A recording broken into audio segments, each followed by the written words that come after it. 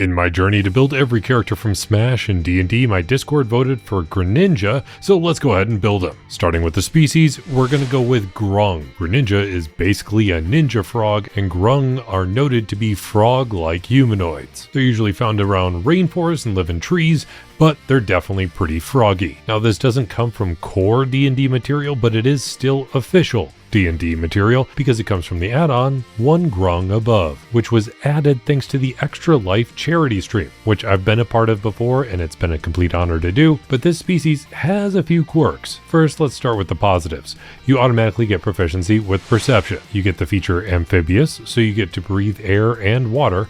You have poison immunity, so you're actually immune to the poison damage and the poisoned condition, while most other species are just kind of granted resistance. They also have the feature poisonous skin, so any creature that grapples you or otherwise comes into direct contact with your skin must succeed a DC 12 Constitution saving throw, or become poisoned for 1 minute. You can also apply this poison to any piercing weapon, and if you apply it to a piercing weapon, it actually poisons in a different way. The target still has to succeed a DC 12 Constitution saving throw, but instead of becoming poisoned, they take 2d4 poison damage. That poisonous skin is going to be pretty relevant pretty quickly, but we'll get into that in a minute. The other features they have are Standing Leap. As a frog, you can jump pretty high. So Standing Leap gives you a long jump of up to 25 feet, and your high jump is 15 feet, with or without a running start.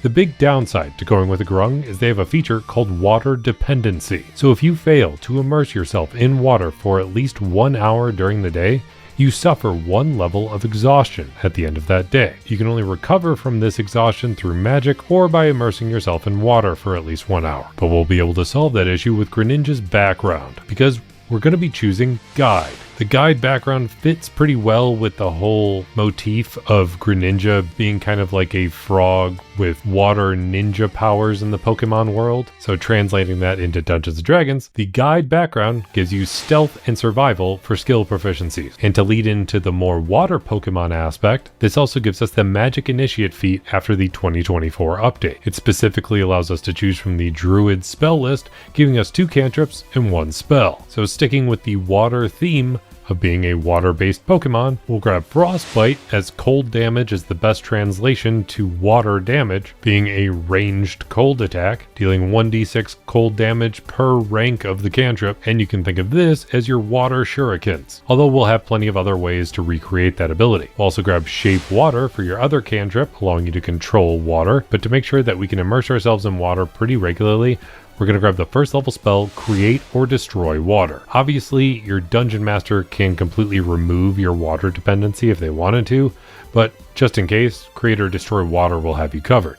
It'll allow you to create a bunch of water and submerge yourself in it. This also gives us the ability scores that we really want, because we're actually going to be doing a 3-way multiclass with this build, but we're going to be starting with a monk. Going with a monk gives us 2 more skill proficiencies. We'll grab athletics and insight, and we get the feature martial arts. So now whenever you make an unarmed strike or hit with a monk weapon, and monk weapons count as anything that is a simple melee weapon or a martial melee weapon that have the light property, you can swap out the damage die for the damage die of your martial arts ability. Right now that's a D6, but that upgrades to a D8 at level 5, a D10 at level 11, and a D12 at level 17 of monk, but we won't be getting that high. This means you can now punch with a fist, which will apply the poison skin ability because it's an unarmed strike. It is bare skin punching your enemy. Martial arts gives the feature dexterous attack, so you can use your dexterity modifier instead of strength for your attack and damage rolls when it comes to unarmed strikes and monk weapons. Then to make sure you have even more skin just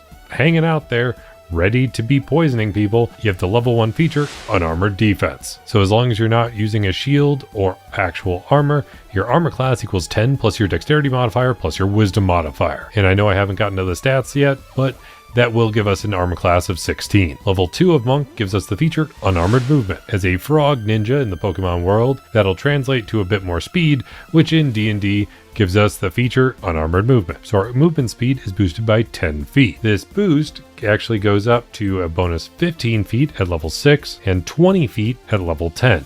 It goes up beyond that, but we won't be getting to that high of a level. The other feature you get at second level of Monk is Monk's Focus. So you have a number of focus points equal to your level in Monk. You can expend one of those focus points for a number of features. The first one is Flurry of Blows, so you can spend 1 focus point to make 2 unarmed strikes as a bonus action. Because one thing I forgot to mention is thanks to martial arts, you can always make a bonus action attack with an unarmed strike. But thanks to Flurry of Blows, you can make 2 unarmed strikes as a bonus action, you just have to spend that focus point. The other thing you can use for Monk's Focus is Patient Defense. So you can always take the disengage action as a bonus action, but if you spend 1 focus point, you get to take the disengage and dodge action as a bonus action. The other option for Monk's Focus is Step of the Wind. So now you can always take the dash action as a bonus action, but if you spend 1 focus point, you get to take the disengage and dash action as a bonus action, and your jump distance is doubled for the turn. The last thing you get at 2nd level of Monk is Uncanny Metabolism. So when you roll initiative, you can regain all your focus points, and when you do so, you get to roll your martial arts die and regain a number of hit points equal to your monk level plus the number you roll, but you can only use this feature once per long rest. 3rd level of Monk gives you deflect attacks, so if there's any attack coming at you that deals bludgeoning, piercing, or slashing damage, you can reduce it by an amount equal to 1d10 plus your dexterity modifier plus your monk level. If you reduce it to 0 damage, you can spend 1 focus point to redirect the attack at somebody else. If it's a melee attack, it has to be somebody within 5 feet of you, but if it's a ranged attack, it can be anybody within 60 feet. The other thing you get at 3rd level of Monk is a Monk subclass, and we're leaning into the elemental nature of every Pokemon. So we're going to go with the Monk subclass, Warrior of the Elements. This is a massive improvement over what it used to be in the 2014 edition, because in 2024, Warrior of the Elements is just all around better. First, you get reach. So when you make an unarmed strike, your reach is 10 feet greater. So you can think of this as whipping out your tongue to hit somebody if you want to. You also get the feature Elemental Strikes. So when you hit with an unarmed strike, instead of dealing bludgeoning damage, you can make it deal acid, cold, fire, lightning, or thunder damage. If you want to stick with being a water Pokemon in D&D, that translates to cold damage. When you deal one of these types of damage, you can force a target to make a strength saving throw. And on a failed save, you can move that target 10 feet closer or further away from you, as elemental energy just swirls around it. Also, at this level, you get the Elementalism cantrip, which is just some vague elemental ability. 4th level of Monk gives us an ability score improvement, and these are our starting ability scores. Very min-maxed for a monk, because it's all about dex, constitution, and wisdom. So let's just go ahead and throw 2 more points into dexterity. Also at 4th level of Monk, you get slow fall. So you can take a reaction to reduce fall damage you would take, reducing it by an amount equal to 5 times your monk level. Then at 5th level of Monk, you get extra attack. So now you can attack twice per attack action, meaning you have 2 attacks as your action and 2 attacks as your bonus action with Flurry of Blows. You also get the feature Stunning Strike. So once per turn, when you hit a creature with a monk weapon or an unarmed strike, you can spend 1 focus point to attempt a stunning strike, forcing the target to make a constitution saving throw. And on a failed save, the target has the stunned condition until the start of your next turn. But now, even on a successful save, the target's speed is halved until the start of your next turn, and the next attack roll made against the target has advantage. 6th level of Monk gives you Empowered Strikes. So now when you deal damage with an unarmed strike, you can change the damage type to force damage. And thanks to being a warrior of the elements, you get Elemental Burst. So you can take a magic action to expend 2 focus points and cause elemental energy to burst in a 20-foot radius sphere anywhere within 120 feet of yourself. You get to choose the damage type. We're going to stick with cold, and any creature within that sphere has to make a dex saving throw. Otherwise, they take an equivalent of 3 rolls of your martial arts die. And even on a successful save, they take half that. 7th level of Monk gives us evasion, so whenever you'd have to make a dexterity saving throw to avoid taking damage, you automatically take half damage, and if you succeed on the save, you take 0 damage. 8th level of Monk gives us another ability score improvement, so let's go ahead and max out that dexterity immediately. The 9th level of Monk gives us acrobatic movement, so as long as you're not wearing any armor or a shield, you gain the ability to move along vertical surfaces and across liquids, as long as you finish up that movement on your turn. 10th level of Monk gives us heightened focus, so the stuff you spend focus points on gets upgraded. Flurry of Blows gets an additional attack, so now you can attack 3 times as your bonus action. Patient Defense allows you to get some temporary hit points when you activate it, equal to 2 rolls of your martial arts die. And Step of the Wind allows you to grab somebody and bring them along for running away, and the movement doesn't provoke opportunity attacks. Also at this level, you get self-restoration. So purely through force of will, you can end the charmed, frightened, or poisoned condition on yourself. You don't have to worry about poison anyways, thanks to being a Grung, but the other 2 conditions are nice to avoid. Then on top of that, foregoing food or water doesn't give you a level of exhaustion. 11th level of being a warrior of the elements gives you stride of the elements. So while your elemental attunement is active, you gain a fly speed and a swim speed equal to your general normal speed. Then at 12th level of monk, you get an ability score improvement again.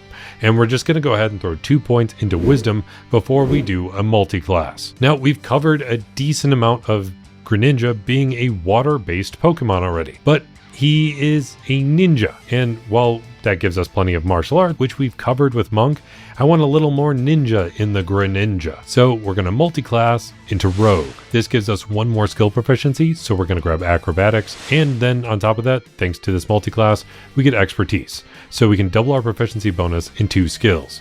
We're going to boost up our stealth and our perception. Then we also get the feature sneak attack. So when you attack an enemy with a finesse or ranged weapon, you can deal some bonus damage. The damage is only an extra 1d6, but that goes up by an extra 1d6 every other level in Rogue. You can only do this once per turn, and you have to either have advantage or have an ally within 5 feet of your target, but it's still a nice little way to boost up your damage whenever you need to. And while this only applies to actual weapons and not your unarmed strikes, that's okay, because you throw out water shurikens, and we can replace that with daggers. And we can boost up those daggers even more beyond having martial arts, because those daggers would usually only deal a d4 of damage. But thanks to martial arts, they deal more damage because they're going to deal your martial arts die. But we're going to boost it up again because rogues get weapon mastery right at first level. And we're going to choose dagger for our weapon mastery. This gives us the weapon mastery feature, Nick. So doing a dagger attack with your offhand would usually require you to use your bonus action. But thanks to the weapon mastery feature Nick, you can now include that as part of your action, meaning that you now get 3 attacks as your action and 3 attacks as your bonus action thanks to Flurry of Blows, giving you 6 attacks. Plenty of those can be cold damage. The rest can just be basic ninja style shuriken throwing, which is a pretty awesome upgrade for a first level multi-class. Then at 2nd level of rogue, you get cunning action.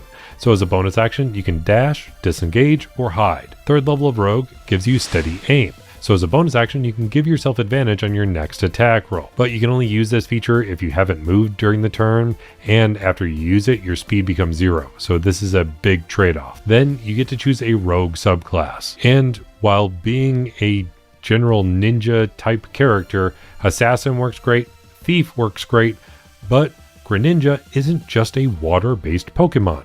He has another elemental type, and it's dark. Dark-based Pokemon means that we want to find another way to incorporate that somehow. So we're going to take a newer rogue subclass from the Heroes of Faerun, called the Scion of the Three. This is definitely one of the darker subclasses you can choose in general, but it allows you to specialize on top of that, because it gives you the feature Dread Allegiance. So you get to align with some dark gods, either Bane, Baal, or Merkel. These are basically gods of war and murder and death. But if we align ourselves with Merkel, we gain resistance to necrotic damage, which is essentially the closest we can get to getting a dark type Pokemon. This also gives us the ability to cast Chill Touch, but Intelligence is our spellcasting modifier, so we are not going to be using that very much. The other thing you get from choosing this subclass is Bloodthirst. So when an enemy you can see within 30 feet of yourself takes damage and is bloodied after taking damage but not killed outright, you can take a reaction and teleport to an unoccupied space within 5 feet of the enemy, which feels much more ninja style. You can then make 1 melee attack, and you can use this feature a number of times equal to your intelligence modifier. Again, that kind of sucks that we're forced to use intelligence, but the rest of this subclass really does fit. So that means once per long rest, we get 1 more attack if we want to. Then instead of going any further in rogue, we're going to do another multi-class. I want to lean into the elemental nature of everything, so we're going to be multi-classing into Druid. Multi-classing into Druid allows us some spell casting. So when it comes to cantrips, we'll grab Guidance because it boosts our general skills. We'll grab Primal Savagery to just attack more ferociously. Thorn Whip to just wrap people up with our tongue in a different way. And then when it comes to some first level spells, we can grab Absorb Elements to absorb any cold damage, Cure Wounds and Healing Word to be able to heal ourselves, and Ice Knife. This is another way to incorporate a shuriken. It's literally throwing a cold dagger, which then explodes into more cold damage. Second level of monk would give us wild shape or wild companion, which is all about shapeshifting, but we're not going to worry about that very much. Instead, we're going to dive right into the druid subclass at level 3 because we need to focus on the water stuff. We could go with Circle of the Land, which would allow us to focus on water-based spells, but instead we're going to go with Circle of the Sea. This gives us some more druid spells. It gives us the Ray of Frost cantrip as well as Shatter and Thunder Wave, and I should note at this point we got access to second level spells. So we're definitely going to grab Hold Person because locking down an enemy with Hold Person paralyzes them, and then any melee attack against them is going to be at advantage and automatically crit. And the amount of attacks that you have thanks to this general multi-class means that you are doing a ton of critting. And then we'll also grab Pass Without Trace, really leaning into the ninja aspect, which gives us a plus 10 to our stealth checks, and that plus expertise means that you're only ever going to fail a stealth check if you critically fail. Then thanks to being a Circle of the Sea druid, you get Wrath of the Sea. So as a bonus action, you can expend one of your uses of Wild Shape, which is the only thing we're going to use Wild Shape for if we want to stay true to character as Greninja. And this manifests a 5-foot emanation around you of just spraying water. It surrounds you for 10 minutes, and as a bonus action on each of your turns, you can choose another creature you can see in the emanation, and the target has to succeed a Constitution saving throw. Otherwise, it takes cold damage and is pushed 15 feet away from you, taking cold damage equal to a number of d6s equal to your wisdom modifier. And speaking of that wisdom modifier, at level 4 of Druid, you get access to another ability score improvement.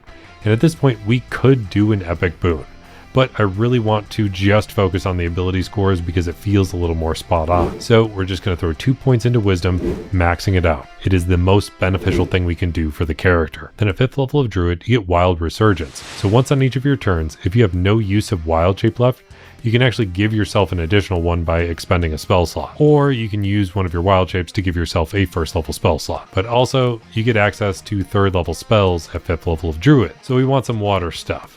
We'll grab Water Walk, even though we don't really need it. Thanks to being a Circle of the Sea druid, you get Lightning Bolt, even though we don't really need that because it doesn't really fit with the character.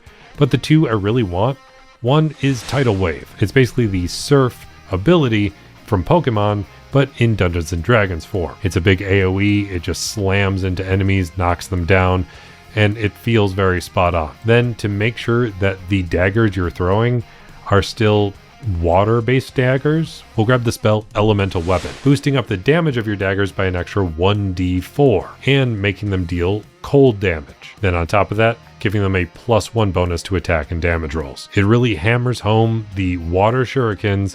It is spot on for Greninja, and it perfectly builds a frog, water, dark Pokemon as a playable character in Dungeons & Dragons. If you want access to the character sheet for this build or any of my other builds, feel free to check out my Patreon, linked in the comments and description down below. If you made it all the way to the end of this video, let me know by hitting that like button, and I'll be here helping you roll at least 3 nat 20s in your next D&D session, especially if you want to play as a water/dark based Pokemon, being a ninja frog, playing as Greninja in D&D. And if you made it all the way to the end of this video, YouTube thinks you might like this one. It's just another D&D related video that I came out with, and apparently the algorithm knows all and knows that you'd probably like it.